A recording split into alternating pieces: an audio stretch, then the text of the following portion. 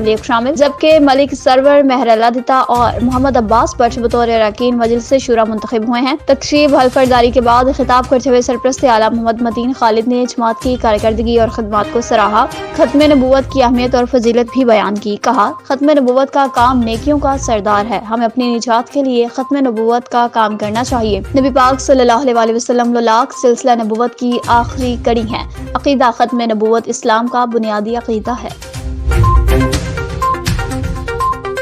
کرتے چلیں جی چوبا ٹیکسنگ کا سے سجاد حسین شاہ کی رپورٹ کے مطابق ڈپٹی کمشنر محمد نعیم سندھو اور ڈسٹرکٹ پولیس آفیسر عبادت نثار کی زیر صدارت بین المذاہب ہمانگی امن کمیٹی اور ڈسٹرکٹ ایمرجنسی بورڈ کا مشترکہ اجلاس ڈی سی آفس کے کمیٹی روم میں منعقد ہوا۔ اجلاس میں ضلعی افسران سمیت انجمن تاجران اور اراکین ضلعی امن کمیٹی بھی موجود۔ اجلاس میں مسیحی برادری سے کرسمس کے انتظامات کے بارے میں تبادلہ خیال کیا گیا۔ Deputy commissioner district emergency board کے تمام متعلقہ محکموں کو کرسمس اور نئے سال کے آغاز سے متعلقہ انتظامات کے بارے میں احکامات جاری کیے گئے۔ کہا کہ تمام گرجا گھروں میں سیکورٹی کے فول پروف انتظامات کیے جائیں، اجتماعات پر چرچز کے اندر اور باہر کے ایریاز میں CCTV کیمراز بھی نصب کیے جائیں۔ کہا 24 اور 25 دسمبر کو ضلع کے تمام ہاسپٹلز میں ڈاکٹرز اور نرسنگ اسٹاف کی ڈیوٹیاں ہوں گی۔ وابڈا کو اس سلسلہ میں کرسمس کے دوران بجلی کی بلا تعطل فراہمی کا حکم دیا گیا ہے۔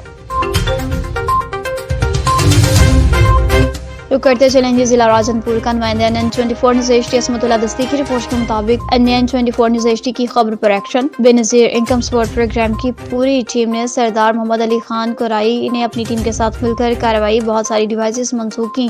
جن علاقوں میں چھاپے مارے گئے ان میں کوٹ مٹھن، کوٹلا، نصیر، فاضل پور، حاجی پور شامل، جبکہ ان کی ڈیوائسز بھی منسوخ کر دی گئیں، کاروائیاں کی گئیں اور جن دکانداروں نے ناجائز کٹوتیاں کی وہ ورثہ کو واپس کروائی گئیں۔ لوگوں نے خوشی کا اظہار کیا۔ صادق آباد میں کھاد کی ذخیرہ اندوزی کے خلاف انتظامیہ کا کریک ڈاؤن۔ امیر حمزہ کی رپورٹ کے مطابق اسسٹنٹ کمشنر حماد حامد کا رات گئے احمد پور لمبا میں کھاد کے گودام پر چھاپا۔ کارروائی کے دوران یوریا کھاد کی 1200 سے زائد بوریاں برآمد۔ اسسٹنٹ کمشنر کا کہنا تھا ذخیرہ کی گئی کھاد سمگلنگ کی جا رہی تھی۔ کھاد سے لوڈیڈ ٹرالیوں کو قبضہ میں لے کر ذخیرہ اندوزوں کے خلاف کارروائیاں شروع کر دی گئی ہیں۔ پکڑی گئی کھاد کسانوں کو کنٹرول ریٹس پر فراہم کی جائے گی۔ کسان دشمن کھاد ذخیرہ کرنے والے کس رعایت کے مستحق نہیں۔ خبر شامل کرتے ہیں بہاولپور سے۔ District reporter NN24 news H Muhammad Khizar Abbas سانتا کی رپورٹ کے مطابق صبح بھر میں سورج مکھی کی کاشت کا سلسلہ جاری۔ امسال صبح پنجاب میں ربی سیزن کے لیے سورج مکھی کی کاشت کا ہدف 1,25,000 ایکڑ جبکہ پیداواری ہدف 1,40,000 ٹن مقرر کیا گیا ہے، جس کے حصول کے لیے تمام ممکنہ اقدامات کیے جا رہے ہیں۔ روزمرہ خوراک میں خوردنی تیل کو اہم مقام حاصل ہے۔ پاکستان میں ملکی ضروریات کے لیے خوردنی تیل کا بیشتر حصہ باہر سے منگوانا پڑتا ہے، جس پر کثیر زر مبادلہ بھی خرچ ہوتا ہے۔ بڑھتی ہوئی آبادی کے سبب خوردنی تیل کی مانگ اور درآمد میں بتدریج اضافہ ہونے لگا۔ خوردنی تیل کی ملکی پیداوار کو بڑھانے کے لیے ضروری ہے کہ تیل دار فصلات کی کاشت کو فروغ دیا جائے، ان کی فی ایکڑ پیداوار کو بڑھایا جائے۔ محکمہ زراعت تیل دار اجناس کے زیر کاشت رقبہ میں اضافہ کے لیے متعدد عملی اقدامات اٹھا رہا ہے تاکہ خوردنی تیل کے درآمدی بل میں کمی لائی جا سکے۔ خبر شامل کرتے ہیں اپٹاباد سے۔ واسا اور ضلع حکومت کی نااہلی، چناروں کا شہر اپٹاباد کچرے کا ڈھیر بن گیا۔ اپڈیٹ کر رہے ہیں ہمارے نمائندہ حسین معاویہ۔ جی اپٹاباد شہر کو کچرے اور کوڑے کرکٹ کا ڈھیر بنا دیا گیا۔ بازار، محلے، چوک، ہر طرف گندگی ہی گندگی پھینک دی گئی۔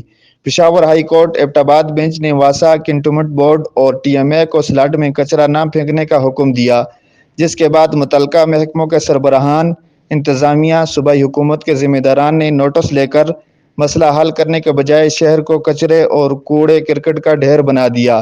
شہر کے بازار، گلیاں، چوک چوراہوں میں کچرے کے بڑے بڑے ڈھیر لگ گئے، جن میں فوہارا چوک، گامی اڈا، بند کھو بہت بڑے کچرے کے ڈھیر کا منظر پیش کر رہے ہیں۔ بدبو کی وجہ سے لوگوں کا جینا مشکل ہو گیا۔ انتظامیہ اور ارباب اقتدار سے گزارش ہے اس مسئلے کا فوری حل نکالیں۔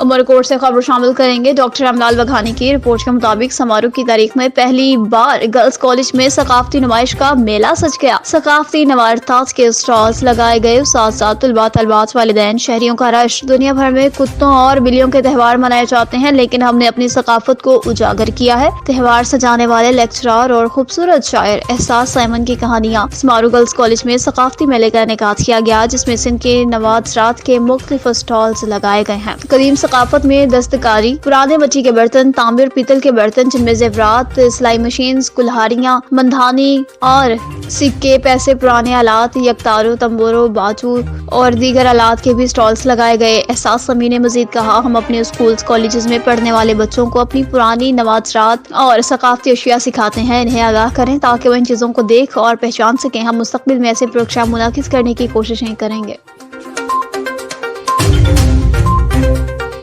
رک کرتے چلے رحیم یار خان کا سجاد علی کی رپورٹ کے مطابق کھاد بحران پر چیمبر آف کامرس میں پریس کانفرنس۔ گندم کی بجائی ہو گئی مگر کھاد کا بحران ہے۔ صدر chamber of commerce Iqbal Hafeez کا کہنا ہے، ہماری فصل اچھی ہو گئی تو ہمارے کاروبار اچھے ہوں گے۔ مارکیٹ میں یوریا کھاد کی بوری 3500 والی 5000 روپے میں بلیک میں فروخت ہو رہی ہے۔ انہوں نے کہا، یوریا کھاد اس وقت مارکیٹ میں دستیاب نہیں۔ کھاد نہ ملنے کی وجہ سے کسانوں کو بہت ہی مشکلات کا سامنا ہے۔ کسانوں کو کھاد مارکیٹ سے نہیں مل رہی۔ محکمہ زراعت کھاد کی ترسیل یقینی بنائے۔ مزید کہا، پچھلے سال ہم نے 20 لاکھ ٹن گندم امپورٹ کی۔